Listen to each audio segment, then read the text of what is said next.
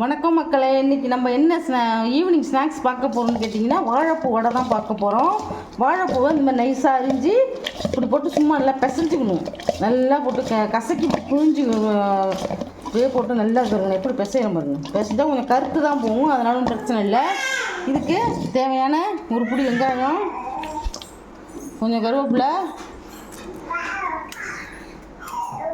இதை போட்டுக்கலாம். இப்போ இதுக்கு நான் சின்ன வாழைப்பூவில் ஒரு கால்வாசி எடுத்து வச்சுருக்கேன். அதுக்கு 150 கிராம் கடலைப்பருப்பு ஊற வச்சு வச்சுருக்கேன். அது பாருங்கள், இதையும் போடுறேன். போட்டு கொஞ்சமாக தண்ணி ஊற்றிக்கலாம்.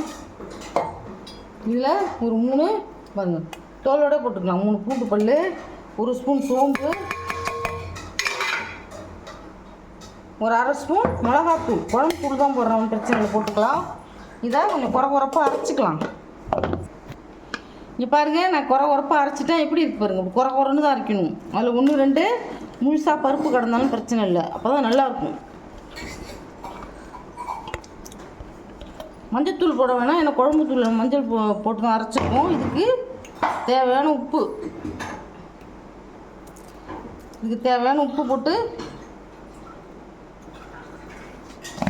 இந்த மாதிரி வாழைப்பூவோட சேர்த்து பிசைஞ்சுக்குங்க.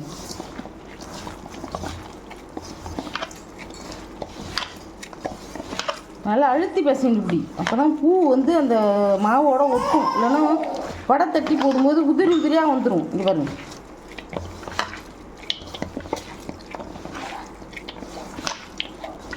கடலைப்பருப்பு ரொம்பவும் குறன்னு அரைக்கக்கூடாது.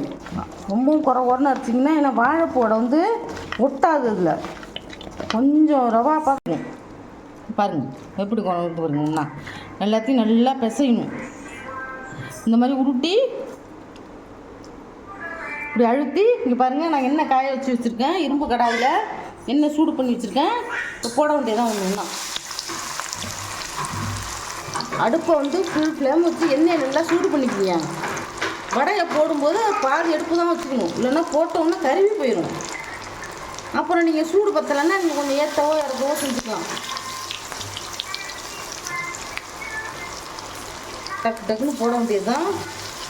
இந்த வாழைப்பூ வடை உடம்புக்கு ரொம்ப நல்லது. வாழைப்பூ இப்போ பசங்கள்லாம் சாப்பிட மாட்டாங்க. இப்போல்லாம் பசங்க எங்கே சாப்பிட்றாங்க? அதனால இந்த மாதிரி வடையாக செஞ்சு கொடுத்தீங்கன்னா காரம் கம்மியாக போட்டு, குட்டீஸ் சாப்பிட்றதுனால காரம் கம்மியாக போட்டுக்குங்க. அப்போ தான் குட்டீஸ்லாம் சாப்பிடுவாங்க. ஆனால் வாழைப்பூக்கு நீங்கள் கரெக்டான பதம் அந்த கடலைப்பருப்பை ஊற வைக்கணும். கடலைப்பருப்பு பத்தலைன்னா வடை பிரிஞ்சு போயிடும். ரொம்ப அருமையாக இருக்கும் சாப்பிட்றதுக்கு. அந்த பூண்டு ஃப்ளேவர்லாம் எப்படி வருது பாருங்கள். நீங்கள் எந்த soup, veg soup, mutton soup, chicken soup அதோட தொட்டு சாப்பிட்டாலும் சூப்பராக இருக்கும். சும்மாவும் சாஸ் வச்சு சாப்பிட்லாம், சட்னி வச்சு சாப்பிட்லாம். சும்மா சாப்பிட்டாலே நல்லா தான் இருக்கும். எதுவுமே இல்லாமல் சாப்பிட்டாலே நல்லா அருமையாக இருக்கும். ரொம்ப ரொம்ப ஹெல்த்தியான ஒரு ஃபுட்டு இது. வாழைப்பூ கிடைக்கும் போதெல்லாம் நாங்கள் வாழைப்பூ வடை செஞ்சுருவோம். எங்கள் பேரை ரொம்ப விரும்பி சாப்பிடுவோம். ஆனால் இது ஃபுல் ஃப்ளேம்லேயே வேக வச்சிங்கன்னா உள்ளே வேகாது.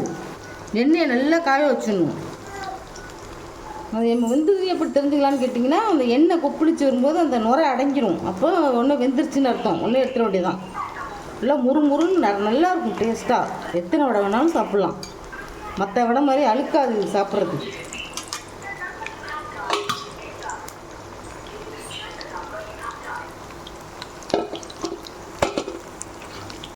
இப்போ பாருங்கள், நம்ம வாழைப்பூ வடை எவ்வளோ அருமையாக வந்துருக்கு பாருங்கள். இப்போ முறுமுறுன்னு இருக்குது பாருங்கள். இது கொஞ்சம் எண்ணெய் கொஞ்சம் குடிக்க தான் செய்யும். என்ன பூ இருக்குல்ல, அந்த பூ கொஞ்சம் தண்ணி உள்ளது தானே, அதனால் கொஞ்சம் எண்ணெயை குடிக்கும். ரொம்ப குடிக்காது, ஆனால் இது ரொம்ப டேஸ்ட்டாக இருக்கும். நீங்கள் செஞ்சு சாப்பிட்டு பாருங்கள், ரொம்ப ரொம்ப டேஸ்டியாக இருக்கும். இதுக்கு இந்த சாஸ் நல்லாயிருக்கும். குட்டீஸ்லாம் விரும்பி சாப்பிடுவாங்க.